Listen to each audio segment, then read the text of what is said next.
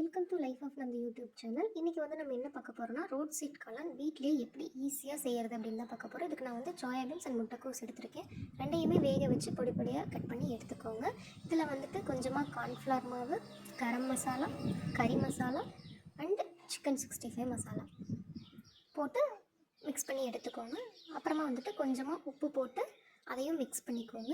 உங்களுக்கு மசாலா பத்தலை அப்படின்னா கொஞ்சமாக சிக்கன் 65 மசாலாவும் ஆட் பண்ணிக்கோங்க. அதையும் ஆட் பண்ணி கொஞ்சமாக கலருக்காக ஜிலேபி பொடி ரெட் கலர் இருக்கும்னா அதை ஆட் பண்ணிக்கோங்க. அப்புறம் கார்ன்ஃப்ளவர் மாவு மறுபடியும் தேவையான அளவு போட்டு மிக்ஸ் பண்ணி எடுத்துக்கோங்க. மிக்ஸ் பண்ணதுக்கப்புறம் இப்படி தான் இருக்கும்.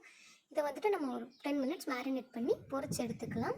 அது ஒரு ஓரமாக இருக்கட்டும். இப்போ வந்து வானலியில் எண்ணெய் ஊற்றி பொடிசாக நறுக்கின 3 வெங்காயம் போட்டு நல்லா ஃப்ரை பண்ணிக்கோங்க. திருப்பி இஞ்சி பூண்டு பேஸ்ட் கொஞ்சமாக போட்டுக்கோங்க. டொமேட்டோ சாஸ் இல்லை அப்படின்னா நீங்கள் வந்து ஒரு தக்காளியை வேக வச்சு அரைச்சி ஊற்றிக்கோங்க. ஊற்றி நல்லா அது தக்காளி ராஸ்மெல் போகிற வரைக்கும் நல்லா வறுத்துக்கோங்க.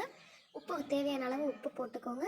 கொஞ்சமாக கறி மசாலா, கரம் மசாலா கொஞ்சமாக போட்டுக்கோங்க. அதை நல்லா மிக்ஸ் பண்ணுங்கள். மிக்ஸ் பண்ணதுக்கப்புறம் மசாலா வாசனை போனதுக்கப்புறம் சோயா சாஸ் கொஞ்சமாக ஊற்றிக்கோங்க. அதை மிக்ஸ் பண்ணதுக்கப்புறம் இந்த பக்கம் நம்ம கார்ன்ஃப்ளவர் மாவை கொஞ்சமாக தண்ணி ஊற்றி மிக்ஸ் பண்ணி அதில் ஊற்றிக்கோங்க. நம்ம காளானோட கிரேவி அந்த கன்சிஸ்டன்சி வர்றதுக்காக இந்த இது ஊற்றுவோம். ஊற்றினதுக்கப்புறம் அதை நல்லா மிக்ஸ் பண்ணிக்கோங்க. மிக்ஸ் பண்ணி தேவையான அளவு தண்ணி ஊற்றிக்கோங்க. ஃபஸ்ட்டு அதை நல்லா மிக்ஸ் பண்ணிவிட்டு அதுக்கப்புறமா தண்ணி ஊற்றுங்க.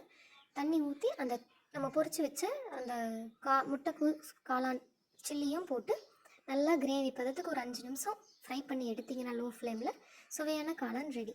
தேங்க்யூ. தேங்க்ஸ் ஃபார் வாட்சிங். மறக்காமல் கமெண்ட் பண்ணுங்கள்.